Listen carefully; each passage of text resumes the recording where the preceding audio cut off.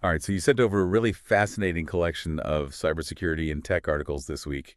It seems like there's some seriously interesting, maybe even a little unsettling trends popping up. You ready to dive in? Yeah, for sure. Just looking over everything, it seems like we're going to be talking a lot about how sophisticated bots are becoming, the huge rise in ransomware attacks lately, and, well, data privacy is always a hot topic, but especially when it comes to children's data. Definitely. Okay, so let's start with bots. That Cloudflare blog post about their new waiting room features, that was a fascinating read. Did you see that statistic? 1 in 20 users trying to get through Cloudflare's turnstile challenge, they're bots. That's wild. Yeah, it is. It really shows you just how much effort is going into making dots act like, like real humans. And it's not just like spamming comments anymore. We're talking about bots that are affecting, all kinds of stuff like ticket sales, product launches. It's really creating an unfair advantage, for the real users out there. I know, and I thought Cloudflare's solution is actually pretty brilliant. It's called the infinite queue. It's almost like they're playing a prank on the bots, making them think they're stuck waiting in line forever. It's actually a really smart way to, well, use their own programming against them. So the infinite queue, it mimics a real waiting room, right? It shows these fake wait times to keep those bots just busy, totally wasting the resources and not impacting the real users at all. Plus, Cloudflare is actually offsetting the environmental impact by planting trees. Really? Talk about a win-win, right? Mm-hmm. But Yeah. it's not all about, trapping bots. They also introduced this thing called session revocation, which just sounds like a game changer for queue management in general. Oh, for sure. Yeah, so session revocation just allows for like a way more dynamic queue. It basically ends a user session right when their transaction is done, and then boom, that opens a spot right up for the next person. Think of something like a limited edition product drop, right? Session revocation makes that queue so much more efficient. No more waiting around for those like preset timeout periods. Yeah, that's huge, especially in those super high demand situations. It's really a great example of how technology can be used to make things better for users. Okay, but let's switch gears for a second and talk about something a little darker. Ransomware. That Trend Micro article about Black Basta and Cactus was a little scary, I have to say. Black Basta alone extorted over $107 million in Bitcoin just in 2023. That's just mind-blowing. Yeah, no, ransomware is not a joke, and the financial impact is only part of it. These groups are so sophisticated now, especially Black Basta and Cactus. They're using things like social engineering, to trick people into giving them access. It's frightening how they can take something that seems harmless, like a file or a program, and turn it into, a way to deliver a malicious payload. Yeah. And they're even impersonating IT support people now, using tools like Quick Assist to get remote access. And their techniques are always evolving. The article talked about how they're using these .bpx files and even like abusing programs that we all use, stuff like OneDrive standalone updater.exe to get that malware in. It's like they're hijacking trusted systems to get their foot in the door. It's scary. And once they're in, they can move around within a network and just cause so much damage.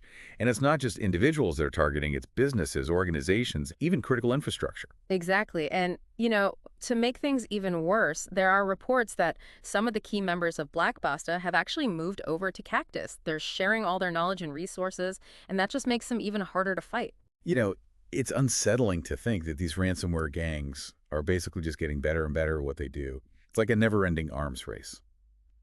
Speaking of cybersecurity battles, that article from the SANS Internet Storm Center, the one about the mark of the web, I don't know about you, but that one kind of left me scratching my head a little bit. Can you help me understand that one a little better? Yeah, so the mark of the web, we call it MOTW. It's kind of like one of those behind-the-scenes security things that most people don't even realize is there. It's basically just metadata that Windows uses to, like, flag files you downloaded from the internet. So it's like a little warning sign saying, hey, watch out, this file came from the internet, be careful.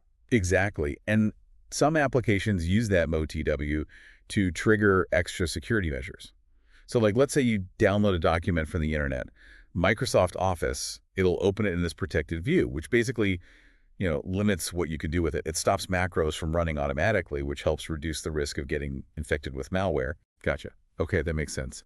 But the article also mentioned that, like, when you copy files or extract them from archives, the MOTW can get copied too.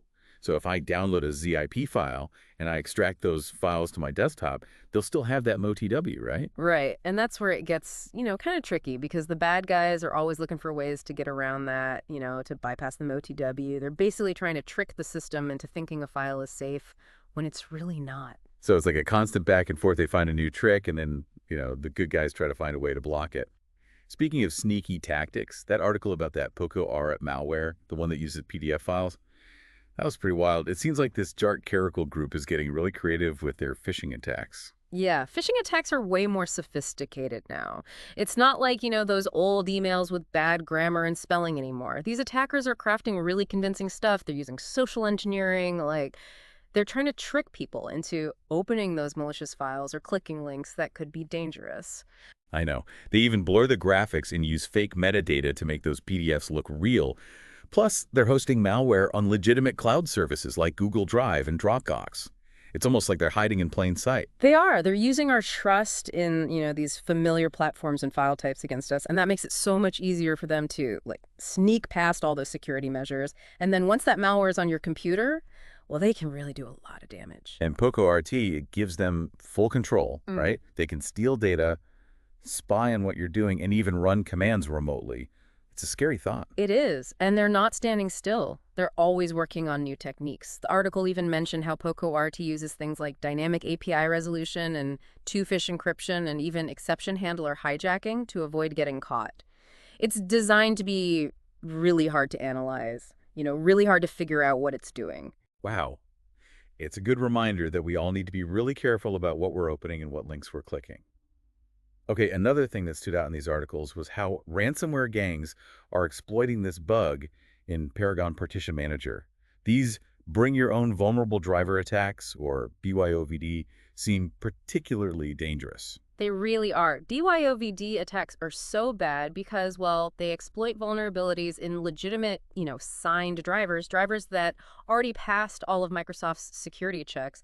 The attackers they drop a vulnerable driver on the system and then boom, they exploit a known flaw to get system privileges. And in this case, the bug, it's CVE 2025-0289, and it was a zero-day vulnerability. That means that there wasn't even a patch available when they started using it. Yeah, zero-day vulnerabilities are huge for attackers. They give them a window of opportunity to attack before anyone knows what's happening, before the vendor can fix it. And that's why this whole Paragon Partition Manager thing was such a big deal, because it let attackers basically take over the whole device. So what can people do to protect themselves from these BYOVD attacks?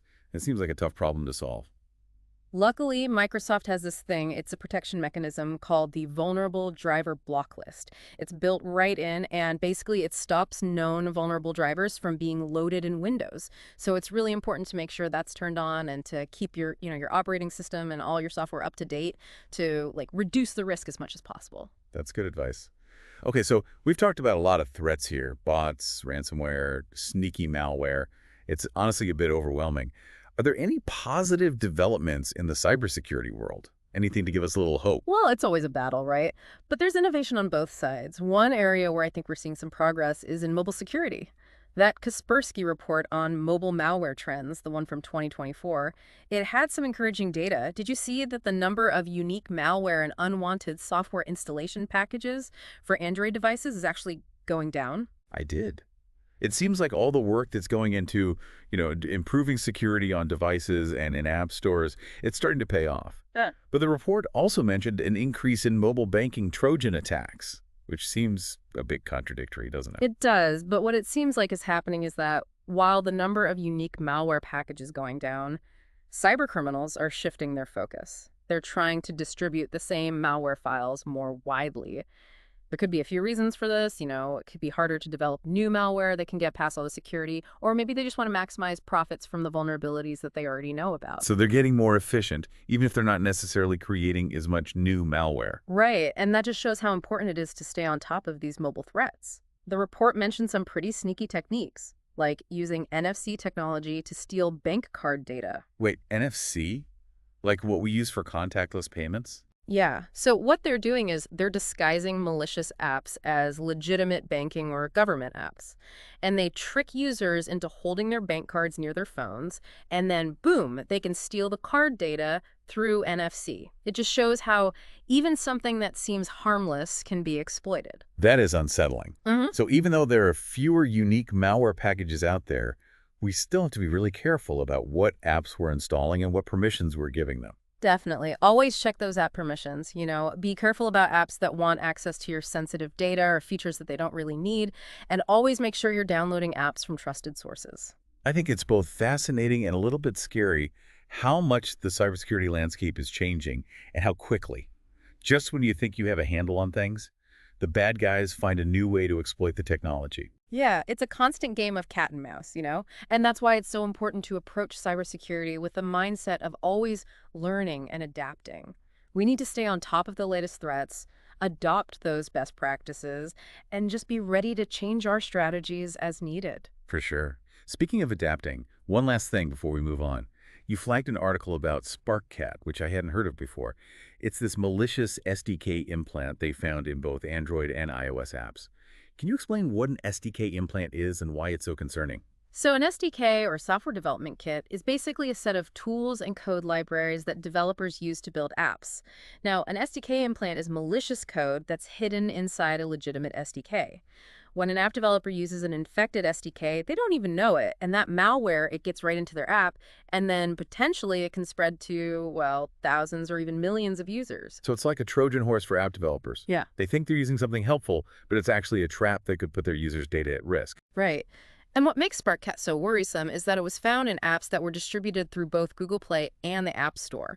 So even apps that have gone through the vetting process at those major app stores can still be infected. Wow, that is a little unnerving. Yeah. So what does SparkCat actually do once it's on someone's device? It's designed to steal data, specifically images that are stored in the device's gallery.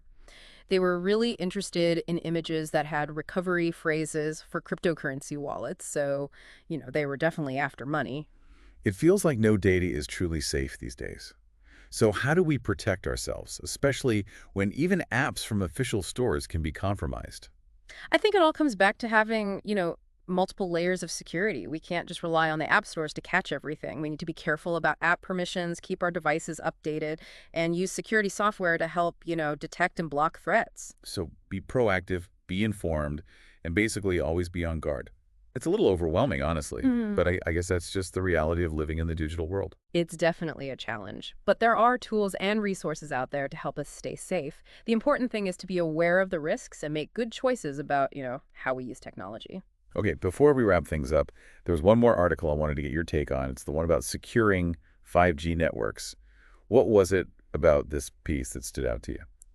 I think this article is really important because it highlights this kind of dual nature of 5G, right? Like, it's a huge game changer in terms of speed and connectivity and all that. But it also brings a whole new set of security risks as we rely more and more on 5G for, well, everything from our phones to critical infrastructure. The attack surface just gets so much bigger. You know what I mean? It's like we're building this superhighway with no speed limit Yeah. and just hoping that everyone remembers to, be careful. That's a great analogy. We have to be thinking about security from the beginning with 5G, not as an afterthought. And it's not just about protecting data. We also need to make sure these networks can stand up to disruptions, especially as they become more and more connected to essential services. It's a little scary to think about what could happen if someone actually managed to disrupt 5G networks that are, controlling power grids, transportation systems, hospitals, all that. No, it's true. The stakes are so high, and it's really important that everyone's working together. I mean, governments, tech companies, security researchers. We need strong security standards. We need investment in research, and we need to build a culture of cybersecurity awareness. This whole deep dive has really shown just how complex cybersecurity is. And it's Mhm. constantly evolving, too. We talked about everything from super sophisticated bots to ransomware, data privacy, mobile threats, and now 5G. It's a lot to keep up with. It is, absolutely. Cybersecurity is not a destination, it's a journey, right? But that's also what makes it so interesting. We're constantly learning, adapting, coming up with new strategies. And like we talked about, there are a lot of great tools and resources out there to help us. So, as we wrap up, What's the most important thing you want our listeners to take away from today's conversation? I think the key takeaway is this: don't be complacent. Stay informed, be proactive, and take steps to protect yourself and your data. Cybersecurity is everyone's responsibility. If we all work together, we can create a safer and more resilient digital future. Well said. Thanks for joining me on this deep dive. It's been a really great conversation. And to our listener, thanks so much for sending us these articles. They were definitely thought-provoking. Until next time, stay safe out there and stay curious.